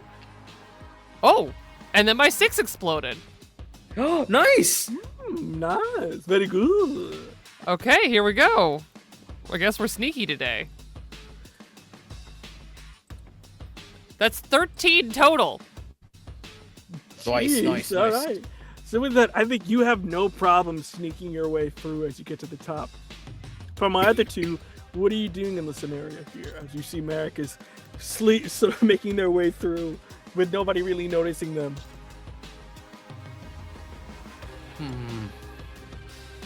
I think what a CNX is going to do, still holding Marek's 6 as these guys are approaching. Are they approaching us as one unit, or are there like a few of them scattered about the room that are approaching us from different directions? So you see that there's some on the top floor that are keeping an eye, but there's people on the ground floor that's like making their way towards you. Cool. Because we're definitely making like a parting of the waves situation as we're moving. Just like in any club atmosphere, when you are walking close to your friends, you're parting the waves. And in the little space, I guess I'm using this item now. I pull out the diamond and I want to chuck it right for one of their feet of the group that's approaching us to trip them up. You know what you're not paying attention to on the ground in the club? You're not paying attention to the ground. You're stepping I'll on leave it stuff. up to you. Either you roll to see if you just throw it and chuck it and they trip over it, or you roll it and try to convince people that it's a real diamond. Like you're just thinking a high roller that goes diamond and just gonna throw it up there. So Oh I'll yeah, leave it sure, up to I can you. do that. Yeah, that's fun. That's funny. Yeah. Let's do Make that. it rain. Cut check. Diamond. A singular diamond. Diamond! And tosses it. Let's see. That is a 4. I did explode my D4. That's nice. Good job. Where's my D6? I can't find it. I'll find it in this file. Jesus, that's a 6. I explode again. Yeah! Oh, look at that. What goes up? What- Double explosion. D8. D8. Yep. D8. D8. D8. I am not shitting you today. No way! I'm not shitting you today. And then Holy shit. D10. D10, yeah. D10. 6. So that is what? 10, 18. 24? Yeah. So yeah, I think so. How do you in this instance distract them as you get this diamond ready to go? I think how what CNX does is walking behind, head on a swivel from Marek, takes a moment, feels that diamond in his pocket, pulls it up, looks at it, and it goes, whoops, and then chucks it onto the floor. It's like, oh no, ma'am, your diamond! I can't find it in the sea of people. You see somebody go, diamond, diamond, diamond, diamond, diamond, and you see somebody go, I can make a shit ton of spells with that. It's mine! And you see there's just a sort of mid-right brawl as everybody's trying to get this diamond. I think rolling so well enough that Mallory, you don't really have to roll anything as you just follow suit behind as you guys get to the second floor. I think in this instance here, guys make it up to the second floor. As this chaos is going on, these guys kind of notice there's probably some shenanigans going on and proceed to block the exit, at least 2 of them, as they sort of... What, people don't just prepare. drop diamonds on the dance floor? I think they're trying to cover their ass enough, so there's right now they're just covering the door, just preparing for anything. They don't know where you are, or even if this is you. They're just preparing just in case. So what are we doing now? Well, if it looks like someone's blocking the door, and I can hear the chaos going on behind us. Yeah, it's like they're looking downstairs. You can see there's just like chaos. People fighting each other going on. You think there's like a fly, almost like a ricochet of a spell or two sometimes. And someone goes, ah! But it just misses. It just bounces around. These 2 people guarding the door. I'm certain that they have fate within them. Any kind of fate or destiny. Cool. I'm hungry. As he ascends the stairs, he starts to focus on who's in the way. And as he does, he sees 2 people guarding a door. Couldn't be more idle and useless of a endeavor in this moment, as they're going to die if they guard this train and it keeps speeding up. Either from him or from whatever's trying to destroy what's going on this train. So he's gonna walk up to them, trying to look casual, and start by, hey, I was just looking for the bathroom. And as he does, he's going to reach his hands out and try and rend both of their threads out of them. Fantastic. I'm gonna say weapons check. Either weapons or tech. I think it's the closest you can get. So either one of those. Brawl? To you. I don't think it's brawl because you're using magic. You're That's trying to get to the true. threads. I accept. I'll use weapons. Let's go. Fantastic. Wunderbar. Oh, that's a 3. I'm going to use one of my other turbo token. I'm going to blow it up. Fantastic. Explode, explode. And that's a 6. Okay, fantastic. Okay. D8, D8. Okay. And 1. So that's 11. Fantastic. He goes, look, my God. I don't know. As you just grab onto their threads, and you see what looks like to be whoever these guys are. They seem to be stockbrokers, businessmen, very of the psychotic nature. But primarily, you can see that part of their thread is connected into this weird-looking eldritch being, as you see to be some sort of warlock or patron that these guys are connected to, where they get some of their power from. So they're kind of a cult. Cool. As you are able to sort of grab onto not only the threads, but the threads of their patron as well. I think as he rends them apart and he can sense that some of them are like dragging back from another source, he's like, that's weird and feels bad. And he shoves them mostly into his jacket pocket, but pulls out one and just kind of consumes it into ash as he just keeps walking. You see both of these guys go, fuck am I doing with my life? Just fucking they don't just somberly walk off into separate corners, just like, what does it matter? She left me anyway. It doesn't matter. I'm poor anyway. I'm only $1 million. And with that, they all go into their own sections there. Leaving the door for you to just walk through. So I do. Wonderful, wonderful. The rest of you are following suit? Of course. Marek told me to watch his 6. I'm watching his 6. Head on a swivel. Lovely, lovely. With that, you guys, bypassing most of whatever was down there, make your way to the front of the train as you feel another speed bump almost like push you as the train's not going faster than it was going before.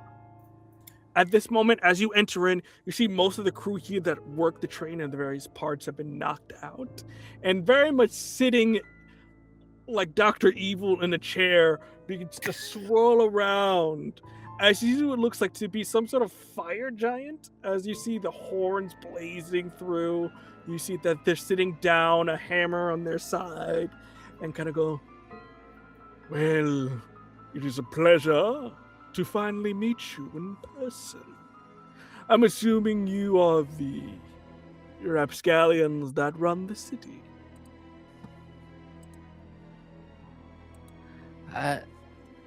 Rapscallions? That's not the correct I mean, term. Mallory's here. She's a technically regent of the underworld. I wouldn't call her a rapscallion. Not We do anymore. not recognize the authority of your pantheon. We being. Well, I, particularly of the Norse denomination, have our own sections of the underworld and Yeah, above. Valhalla, blah, blah, blah. My brothers await for me for the day we get there. And I will sacrifice my life to die an honorable death. Isn't that the requirement? It's also not all it's cracked up to be. Okay, we're not judging each other's afterlives here. You have come to stop me, particularly stop my employer from achieving his goal of getting the spark of our dear beloved Hephaestus's forge. We had a deal that belongs to us. I don't think we're gonna let that fly, right? This is No. Doomsayer we're not. jurisdiction. Yeah. Yeah, that's not happening. You say that, but yet we are in international waters. It's a railway track. Same rules. And you're putting many lives at danger and potentially starting an entire war. So, What do you propose then?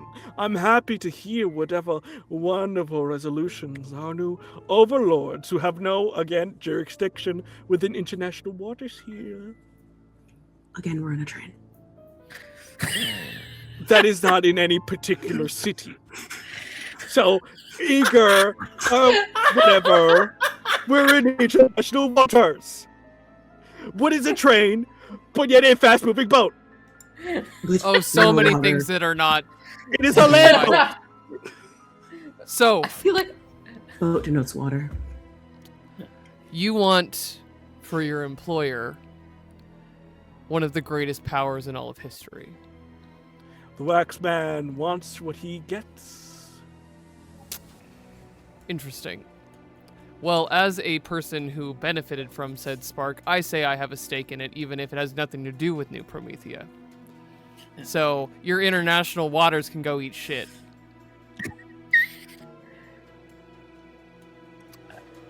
So, we are not going to reach a diplomatic solution. I have money.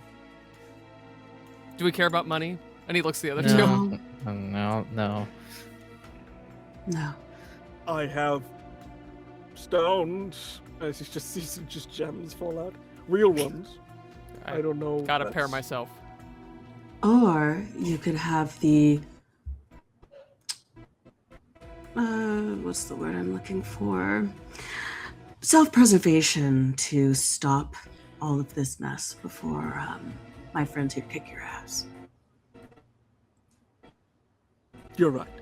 Except from a seat. I will surrender, but there is just one thing. I'd like to introduce you to my friends! And you see almost like SEAL Team 6ing what looks like to be a bunch of cowboys, but you see the various parts of like their demon reflection from skin to eyes to razor sharp teeth as they just come shooting in. In this instance, are you going to use your 60 seconds that you have here? Yes. Yes, Kai, do it. All right. Oh, me? One Oh, person God. needs to take this. Somebody's gonna take this. You look like you were gonna do it. I was just like, No, I just said we should do it. You should do it. okay, I'll do it. Okay. Wait. Let me know when you want me to start. I'm gonna start. Let me know when. 60 seconds. Go, You're Val. the GM. Now, Okay, you're good. The demons that jump in, they're Draugr from the Norse mythology, and they all have this kind of like rippling brown skin, but all of them appear all at once, much to this guy's chagrin, and jump and mess with all of the buttons on the train of the main control panel, and the shenanigans now ensue. I think there'll be a brake that is pressed down, as well as a accelerator that moves forward. So there's tension happening between the accelerator and the brake right now as we are 30 hurtling seconds. forward. Lights are freaking out right now, and Merrick, you suddenly get a boon. You get a boon from Achilles. In this moment, your soul spear reappears. In your Achilles says hand. Merry Christmas. Thanks, babe. And also, Mallory, you get a swirl of 10 the seconds. underworld. As the Draugr, when they appear, the mists of the Nordic underworld infuses 5, you with great powerful 4, and boons. 3. Let's 2, go. 1. Lovely. So, from my understanding, 2 boons were given out. Yes, Yeah. Mallory, underworld magic. You tell me what that is later on. And Merrick gets his spear back. All right, lovely. If anything, Merrick, your weapons go up so you go up rank, so you explode to whatever next die it is. Cool. And then for you, Mallory, I leave it up to you what you want to explode with your tines, because you kind of gave it a. It was It'll kind be of whatever. underworldy. So, yeah, Dude, underworld, go. You Has to choose be the next that you want to underworldy. explode. So, With you, I think everything is underworlding.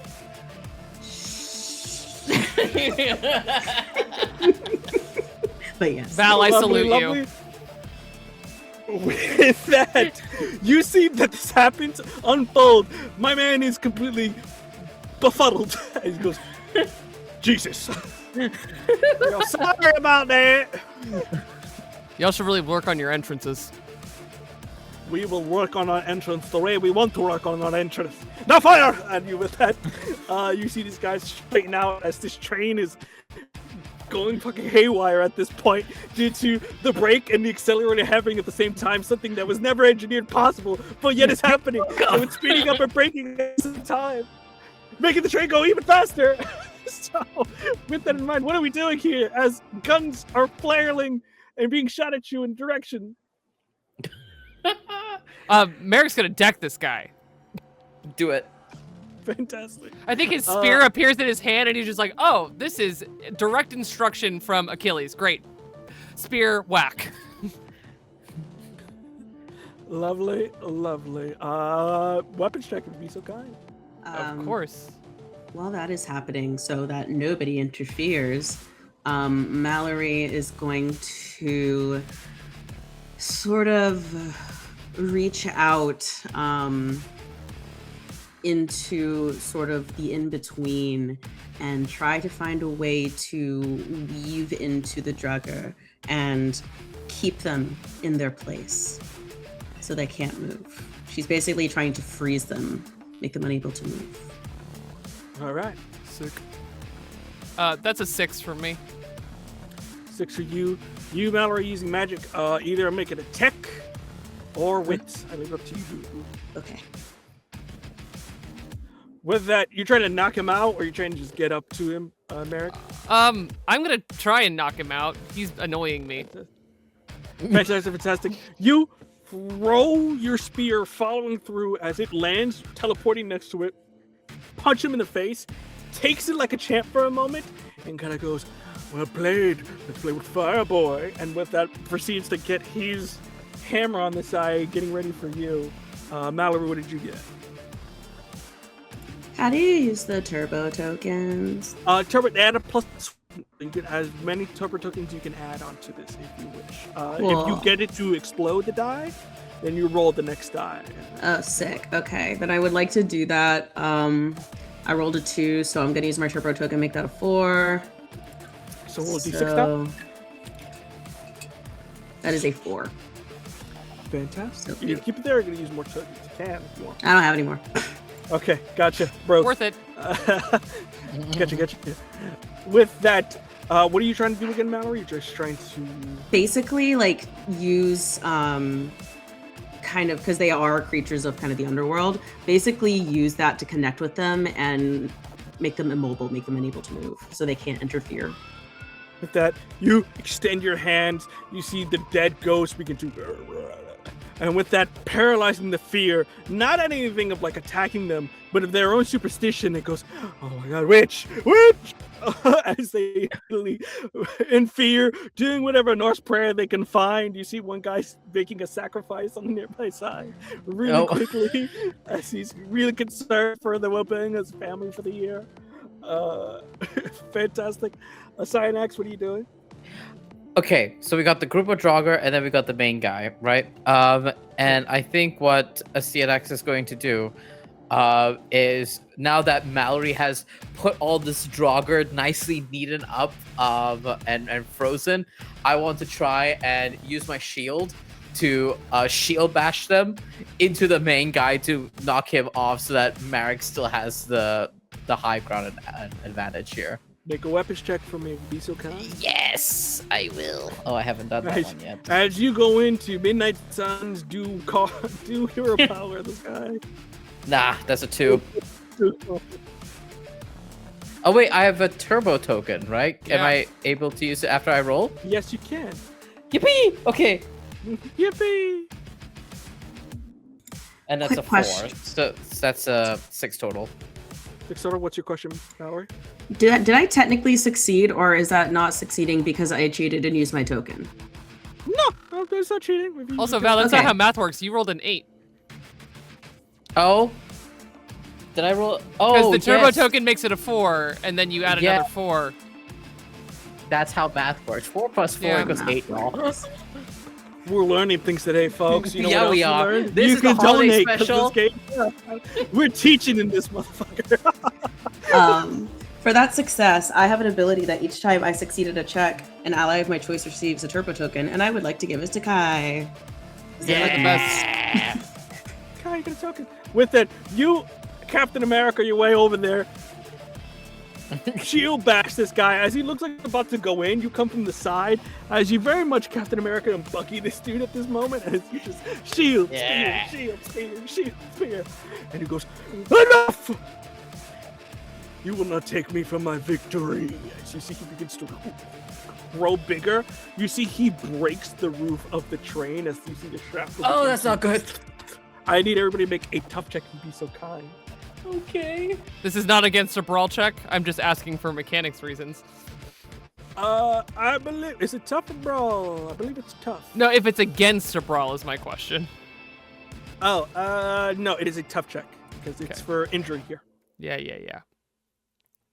No, I'm double saying the checking. guy's not doing something that would be considered a brawl check. He's using No, weird but magic. he's breaking the roof, and Yeah. it's just this train is going at such a high speed. The shrapnel is like a bullet. Cool. Yeah. No, I failed. failed. Yeah, that's a 2. That's a Injury.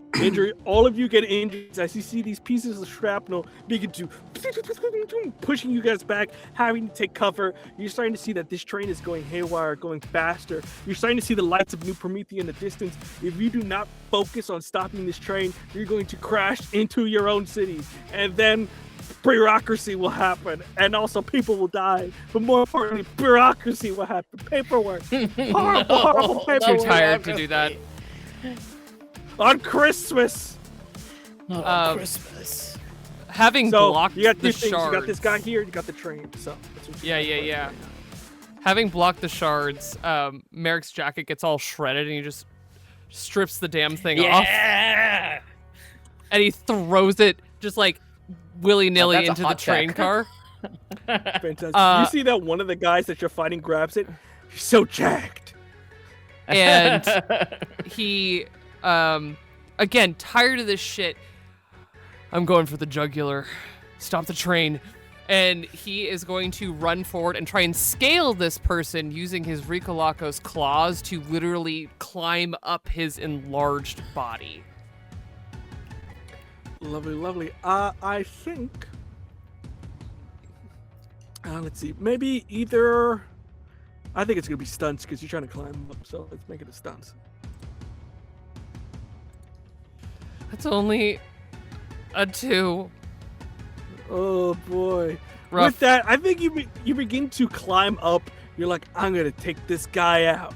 I'm gonna, oh shit. And immediately, as you exit from the train, you begin to feel the high velocity wind hit you, and you go, oh god, this is nothing like a boat. Nope, This is difficult. As you're just now hanging on like a cat in the middle of a hurricane. I'm a mermaid. I'm not meant to be in high winds. You just, as you see, you think, I think the two of you see, does he have a flag on him? It's just no Merrick violently shaking in the wind. Oh no.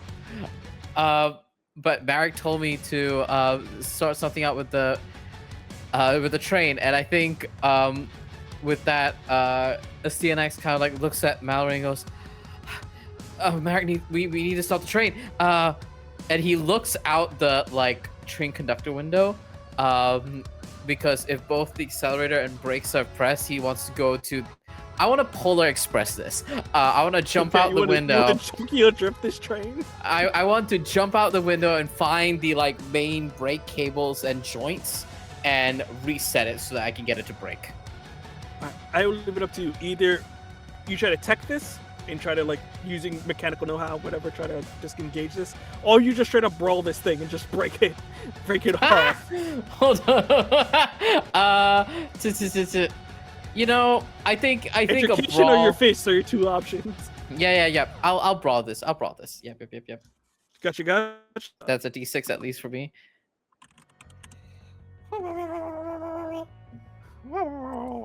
Yes, it's a 6. Yep, I explode. Yippee, let's go. And that's a D8. I know what a D8 looks like. That's not a D8. Nope. And a 5. So that is 6, 7, 8, 9. 6, 7, 8, 9. It's 11. You go. I think, yeah, you go in the back. I think in a moment you think maybe I can use the smarts, and it's just like, fuck it, and just beat the living daylights out of it. No, literally, he sits in front of the brake. He goes, "What would Dad do? What would Dad do?" And he like looks and it's like, and he looks at the brakes, and he looks at the joint, and he goes, "I don't know what would Dad do." Bang!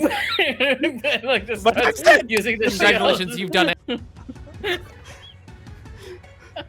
Lucky. With that, most of the passengers are fine as you see the train begins to slow down without that.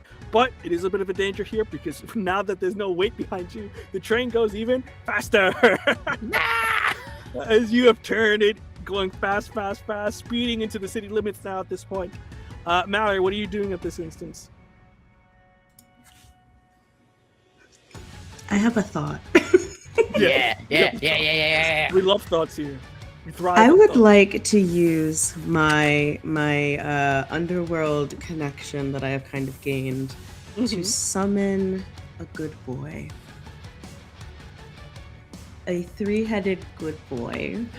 Let's go. The best boy. The best boy. Because he's a very big boy. What is Best Boy doing? I would like him to help slow down the train. How? I am working in my brain with physics. Catch This the is magic. stick. You don't have to worry Catch about the that. metal It's only stick. about the objective. I was just thinking, like, runs up, grabs the back of it with his mouth, and hopefully, like, slows it down. That's where my brain went. like a tug toy. Like, basically tell Tug Cerberus. toy. With that, I'm going to say probably tough check as you're sort of trying to tough it out here. You see Cerberus He's an action player for just this, grabbing because I on, don't like- searching. You can hear the guy who you're fighting against kind of go, "Oh my God, is that Cerberus? Oh Jesus Sorry. Christ!" After D4 is a D6, right? Yep. Yes, Oh, it's did a you D6. explode? Let's go. Let's go. Wait, I don't Let's know. go, I let's don't go. wanna count. Go for Mallory. Oh, you got 3 dogs here. Oh shit, that's a 1. Okay, well, that is a 5. 5. With that, Yes. your dog is kind of a partial success. You see, having Cerberus here, he is holding on to it as you see the panels kind of breaking, slowing it down, but you are still kind of going fast, but not a dangerous fast. More like you're slowing down a bit. It may take a little bit, but with that going down, at this moment, going back to this bad guy here, he kind of goes, it doesn't matter that you have a dog, you will perish. As you see, he begins to heat everything up around him as you see flames, fire begin to extrude from his body. I need another tough check from everybody. Be so kind. Even me? I'm outside. Yes. Okay, You're in a metal that's my- container and he's heating it up. I sure am in the metal container, huh? Tough check. Okay, let's go. Maybe another tough check. It's another 1. Tough check. Oh no, it's a towel. 2. What did you get, Mallory? One. We're doing Alright, great. So bad You at take another defense. point of injury. You're and not at We're doing this so point, good. y'all. You're gonna need, for every 2 turbo tokens you use, it equals to 1, plus 1. So because you're in that sort of injured state. So keep that in mind there. But in this moment, Merrick, you're holding on. You see that the train has slowed down a bit, that you're able to move again, and you're not flying in the wind like a goddamn flag. What are you doing in this instance? Kind of almost seeing the claw through all of the molten gold that got us to this place as the Doomsayers. He climbs through the burning fire that this man is creating and just claws directly into his flesh all the way up until he gets close to this person's jugular. And he thinks of Hector and where Hector's spear comes from rightfully. And he'd like this man to match. And he's going to take his spear and try and jam it straight into his chest. Sweet lord. Weapons check if you'd be so kind. I can't tell if that's affectionate or derogatory. It Yes. feels like both. I think of Hector affectionate and derogatorily. That is only going to be a 4. Gotcha. With Oh, that, no. you push your weapon in, stab through. You are hurting him in this moment, giving somebody else an opportunity here. So if somebody succeeds, he will be down for this. So I leave it up to my 2 here as you open an opportunity, Merrick. You're kind of pushed back down to the main cabin here. I think what are even my up other there 2? over the wind, they just hear, "Help!" I think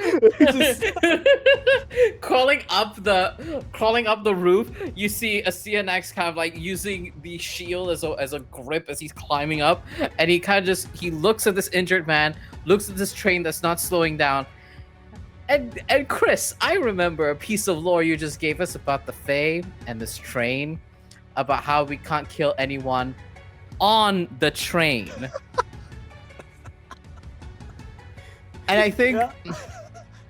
as CNX climbs up and he goes, "Merrick, sir, what if we knock him out to the tracks to slow the train down?" Just do it! International waters. Yeah, you're right. It is international waters. And you're gonna float in it. And he's going to like climb up, and what I would like to do is push him. Because he's so tall, and push him onto the track so he becomes the debris breaking The rail our- guard? Yeah, breaking us as we go on forward. Fantastic. Brawl check if you'd be so kind. Brawl, okay. Okay. I think I'm at a D6. Yes, I am. Oh wait, did I explode earlier? I don't remember. Yes. I don't think I did. You rolled Yes, a I did. Okay, so I'm D8. at D8. So yeah, you're at Okay, D8 so now. I'm at D8 now. Okay. It's an 8! It's an 8! It's an 8! It's an 8! You're It's an at 8! roll D10. Roll D10, buddy. It's a 6, 8, 9, 10, 11, 12, 13, 14. 14. 14. How do you take care of this, man? How do you take care of business here? I think you see a stand like Max says, just do it. And he kind of like looks over at the ring, the little mark of the underworld on his ring finger from Mallory, and he was like, "Come on, Dad. I'm not like you, but just for this one moment, let me feel like you, just for once."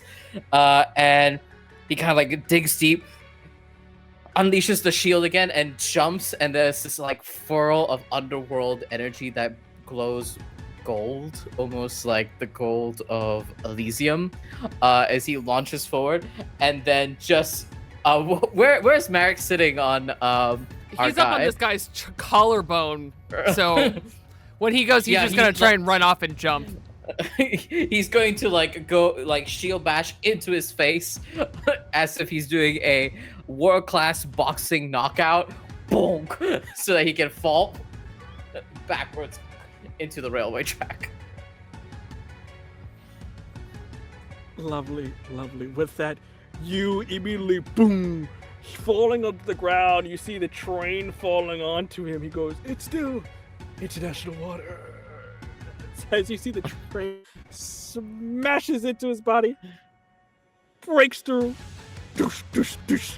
The train flips over, flips again, flips one more time, for one good measure, falls into its side upside down as it just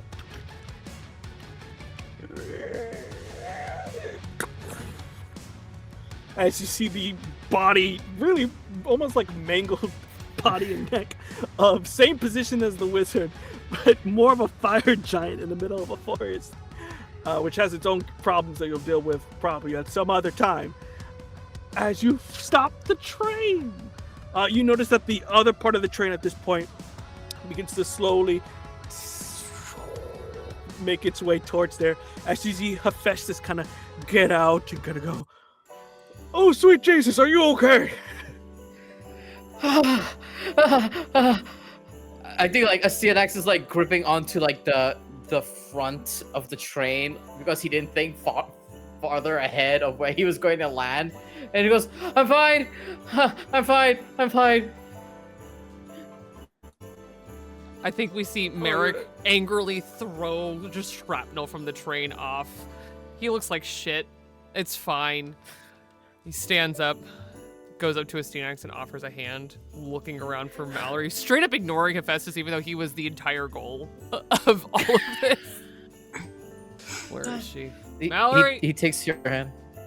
Mallory is like chilling, like right outside the train, right before it kind of like hit.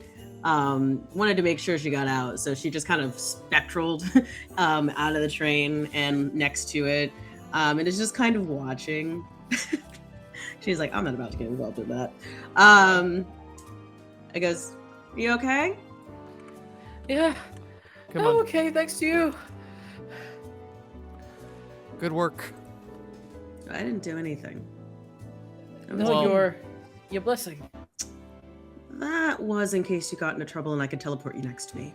I saw your dog. Oh, That's what I was. Yeah. And you and he goes up and clasps Astyanax on the shoulder nice and firmly. Yeah. It's a good hit.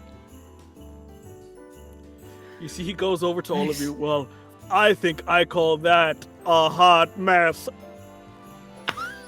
Oh my god. I need a goddamn I have drink. so many questions, but So what's the protocol? Do we bring him in? I mean, I don't think he's alive. We can take the wizard in. No, I Nah. meant you, sir. Oh, Yeah. me? I'm not. You see the division agent, the Seder kind of goes, "We got it from here. Thank you for saving all of us. My David would have loved this." I'm sorry for your He's loss the of goat. David. If yes, Love I, No, I yeah, Love David the what? goat. I had to make Exactly. sure that you understood I lost my a soulmate. goat. Yes, A goat. Not anything, a goat. yes. Hephaestus, you should have stayed dead. But since Wow. you're here, Jesus. Okay. I was expecting like, "Hey, Merry Christmas or Happy Holidays." Not, "I should be dead." since you're here, Merry Christmas. Oh, you're my guy. We're on opposite sides of the war, but you're my guy. You're my guy, man. You're my dude. Should have just fucking left you dead. And he starts to just grumble his way off to go light another cigarette. With that, the camera dissipates to all you enjoying your holidays. Some of us spending our times with our loved ones. Other of us spending time helping ex-cons get back in their feet, give them a good old warm meal, and overall having a great old holiday as the Christmas morning comes around, and it's another fine day in the day of the Doomsayers. As the book closes, you see that Hephaestus goes over to the children. Pretty cool story, am I right? It had various plot holes and, murder was in it, but I mean, it's the wildest story I've ever heard. Well, some of us can't be nitpicky, so how about you go back to your parents? And with that, you see the children kind of go off, looks into the camera and goes, well, that's our story. We hope you have a wonderful Christmas and also a happy holidays. As the camera pans away to the snowy outbursts, it is the end of our lovely one-shot here. Yay! We did the Doomsayers. We did it, Doomsayers. You survived Christmas, the holidays. You survived this chaos. But with that, thank you everyone for joining us for our lovely one-shot here as we were able to raise some funds for Amihan. We were able to, I think, reach our first milestone at least. So after this stream, probably tomorrow, I will be raffling off for anybody who donated. Raffle off to see who gets the wonderful goodie bag from our wonderful folks at Evil Island. So stay tuned on our socials there. We'll try to get into contact with who wins that. But beyond that, let's do an outro here in reverse order of who you are and where people can find you on the internet. Starting off with you, Val. Hi, everyone. Sure thing. Hi, everyone. I'm Valiant Dorian. I use he, him as pronouns. You can find me all across the internet at Valiant Dorian or at Otso Spirit Bear. Please enjoy that lovely treasure I just set you on. Tonight, I had the distinct pleasure of playing Astyanax, son of Hector, who also uses he, him pronouns. And I guess aspiring Myrmidon by association. In terms of where you can find me, the holidays are coming up, so my streams might be a little sporadic in here and there. But you can definitely find me on Transplanar RPG on Saturday, 8 p.m. Eastern, where we're going to have a Transplanar community night, talking about all things chaos. And apparently, C's going to be talking about horses for 3 to 4 hours. So I'm not surprised. You should tune in for that. Yeah, you should definitely tune in for that. Kai will be there too. The cast of chaos is going to be there. And in terms of where you can find me, just keep an eye on my socials. I've got a bunch of projects launching in the new year. And I'm looking forward to sharing all of it with all of you. And happy holidays. Passing it over to Calamity. Well, hello, I'm Calamity, pronoun she today. You can find me all over the interwebs as Hey Calamity with 3 Y's at the end. I've been on a bit of a hiatus lately, but I will be coming back early 2026 with some exciting stuff of my own, as well as some exciting stuff with the group I run, Telltale Hearts. So keep an eye on all of those socials so you can see what's going on. This has been lovely. On to you, Kai. I've missed you all so much. Hi everyone, I'm Kai. You can find me everywhere as Estelle of Imladris. I will be exactly where Val is on Saturday on Transplanar RPG at 5 p.m. Pacific, 8 p.m. Eastern Time, talking about all things Transplanar RPG and the Chaos Protocol. But also, I am also taking a little bit of time off on streaming, but I will have one more of my streams over on my channel, Estelle of Imladris, where I'm going to be wrapping up my year, talking about all the great TTRPG stories that I've told so far this year, and you get to sit with me while I clean my many files. But outside of that, in the new year, I've got many amazing projects coming up, most of them unannounced, except for the finale of the 4th Age of Run Wounded Warrior project, which is a multi-year-long One Ring campaign. But other than that, stay tuned for more, and God, I want to do this all over again. Chris, back to you. Thank you. Hello, my name is Chris, and I was your GM for these preceding evenings. As we said before, we're raising money for Amihan here, so even though our charity and One Shot has ended, you still can donate over to their GoFundMe or Ko-Fi, as they are still raising money for stuff. And it goes to a good cause and a wonderful member of the community, so do keep that in mind. In terms of what we got going on here on the channel, The Ascension is still going. Just time is not been kind. But hopefully the 28th will be back, returning with episodes for you there. But beyond that, a new year means new shows that may or may not happen. So we're keeping it light for sure. But I can tell you one thing: DMI will hopefully return next year. So look forward to that. Shenanigans from those lovely folks. But until then, everyone, we hope you have a wonderful rest of your holidays. And as always, we can't wait to see you again until next time. From me and the Doomsayers, we'll see you next time, folks. Until then, bye-bye.